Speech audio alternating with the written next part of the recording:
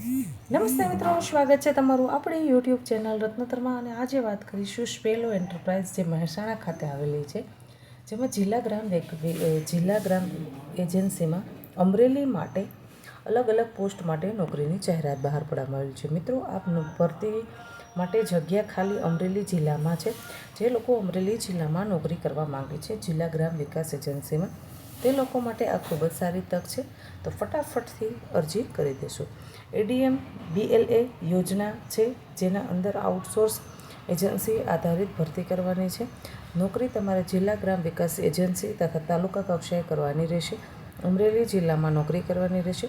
પોસ્ટની વાત કરીએ તો આંકડા મદદનીશ, જુનિયર ક્લાર્ક હિસાબે વિસ્તરણ અધિકારી અને જુનિયર ક્લાર્ક. મિત્રો, ખૂબ સારી જગ્યા ખાલી છે.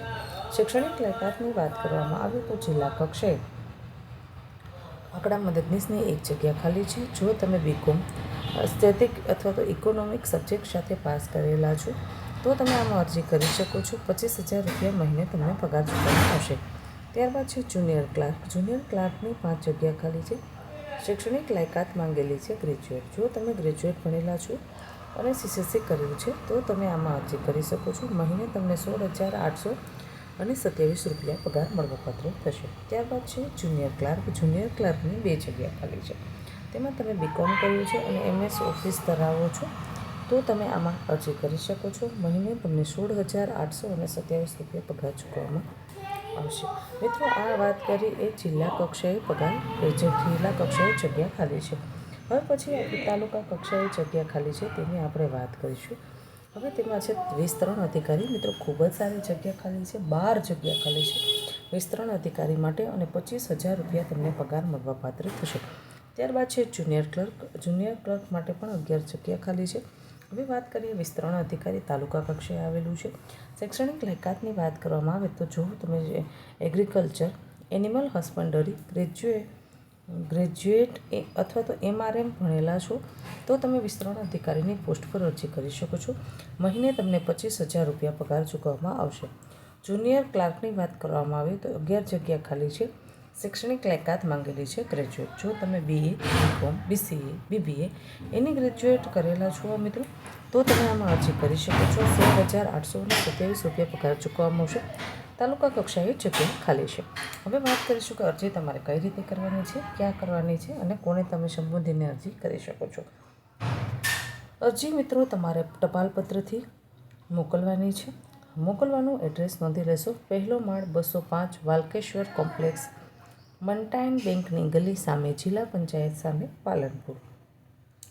11/6/2025 સુધીમાં અરજી મળી જાય એ રીતે તમારે અરજી મોકલવાની છે. નોંધમાં મિત્રો અમુક સૂચનાઓનું આપણે પાલન કરવાનું રહેશે, એ જાણી લેશો. અરજીના કવર ઉપર અરજી કરેલ જગ્યાનું નામ અવશ્ય દર્શાવવાનું રહેશે. એકથી વધુ જગ્યા માટે અરજી કરો તો તેને અલગ અલગ અરજી કરવાની રહેશે. માનો કે મેં આંકડા મદદનીશ તરીકે અરજી કરી છે અને બીજી અરજી હું જુનિયર ક્લર્ક તરીકે કરું છું, તો મેં આંકડા મદદનીશ તરીકે જે અરજી કરી છે એમાં સ્પષ્ટપણે મારે છે એ અલગથી જ બધા ડોક્યુમેન્ટ મોકલવાનું રહેશે. આંકડા મદદનીશને સંબોધીને અરજી લખવાની રહેશે. અનુભવનું પ્રમાણપત્ર, બધા ડોક્યુમેન્ટ મોકલવાના છે. જ્યારે હું જુનિયર ક્લર્ક માટે પણ અરજી કરું છું તો એ પોસ્ટના કવર પર મારે જુનિયર ક્લર્ક એ લખવું પડશે જગ્યાનું નામ કરીને. પછી અંદર અરજી લખું છું તો એ અરજીમાં પણ ક્લર્કને સંબોધીને મારે અરજી લખવાની રહેશે. અલગ એમાં પણ ડોક્યુમેન્ટ આપવાના રહેશે. મિત્રો, બધા જ ડોક્યુમેન્ટ સ્વપ્રમાણીને કરીને મોકલજો, જેથી કરી અને કોઈ ઇસ્યુ ક્રિએટ ના થાય. શાંત મગજે બધા જ ડોક્યુમેન્ટ મોકલવા. માનો કે આપણે જુનિયર ક્લર્ક માટે અરજી કરીએ છીએ તો સૌપ્રથમ તો સરસ રીતે તમારું એક રિઝ્યુમ બનાવી લેજો. રિઝ્યુમ બનાવીને સાથોસાથ એક અરજી લખવાની છે તમારે. અરજી લખાઈ ગયા બાદ તમારે છે 10મા ધોરણનું રિઝલ્ટ, 12મા ધોરણનું રિઝલ્ટ, તમારા ગ્રેજ્યુએટના રિઝલ્ટ. હવે ગ્રેજ્યુએટના 6 સેમેસ્ટરના રિઝલ્ટની ઝેરોક્સ અથવા તો છેલ્લા સેમેસ્ટરનું રિઝલ્ટ અને ડિગ્રી સર્ટિફિકેટ જોડશો તો પણ ચાલશે. જો તમે ક્યાંય જુનિયર ક્લર્ક, એક આંકડા મદદનીશ અથવા તો વિસ્તરણ અધિકારી તરીકે ક્યાંય પણ નોકરી કરી છે તેનું અનુભવનું પ્રમાણપત્ર ધરાવો છો તો પણ તમે તેમાં જોડી શકો છો. મિત્રો, અનુભવ જોડેલું હશે તો આપણે નોકરીમાં છે એ ઘણી બધી છે એ બેનિફિટ થતો હોય છે. હવે વાત કરીએ મિત્રો કે અરજીના કવર ઉપર જગ્યાનું નામ અથવા અવશ્ય તમારે દર્શાવવાનું રહેશે. અરજી ફક્ત રજિસ્ટર્ડ સ્પીડ પોસ્ટથી જ કરવાની છે. મિત્રો, ખાસ સાંભળી લેજો, ઓનલાઈન અરજી કરવાની નથી. એટલે કે તમારે રજિસ્ટર્ડ અથવા સ્પીડ પોસ્ટથી અરજી કરવાની છે.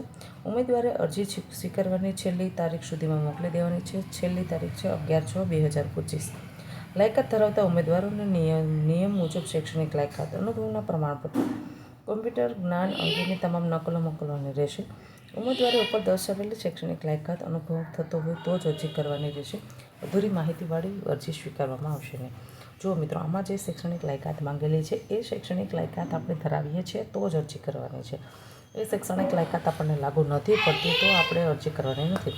માનો કે ફોર એક્ઝામ્પલ તરીકે વિસ્તરણ અધિકારી કે તો આપણને એગ્રીકલ્ચર છે એના અંદર તમે ભણેલું હોવું જોઈએ વિસ્તરણ અધિકારી તરીકે. એગ્રીકલ્ચર, એનિમલ હસબન્ડરી અથવા તો ગ્રેજ્યુએટ MRA. હવે આ શૈક્ષણિક લાયકાત તમે ધરાવતો નથી અને ફોર એક્ઝામ્પલ LLBના સ્ટુડન્ટ એમાં અરજી કરશે તો એની અરજી માન્ય ગણાશે નહીં. કેમ કે ભાઈ આમાં સ્પષ્ટતા સાથે આપણને જણાવવામાં આવેલું છે કે આ જ પોસ્ટ માટે આર્ટ્સ ડિગ્રીવાળા અરજી કરજો. જે લોકો અમરેલીમાં નોકરી કરવા માગે છે તે લોકો માટે ખૂબ સારી તક છે. તાલુકા જિલ્લા કક્ષાએ નોકરી કરવાની રહેશે. 25,000 રૂપિયા સુધી પગાર મળવાપાત્ર રહેશે. ખૂબ સારો પગાર કહી શકાય મિત્રો. આશા રાખું છું કે તમને આ માહિતી પસંદ આવી હશે. જો માહિતી પસંદ આવી હોય તો વિડીયોને લાઈક કરો. હજુ સુધી રત્ના યુટ્યુબ ચેનલને સબસ્ક્રાઈબ નથી કરતી, ચેનલને સબસ્ક્રાઈબ કરી લેવા વિનંતી.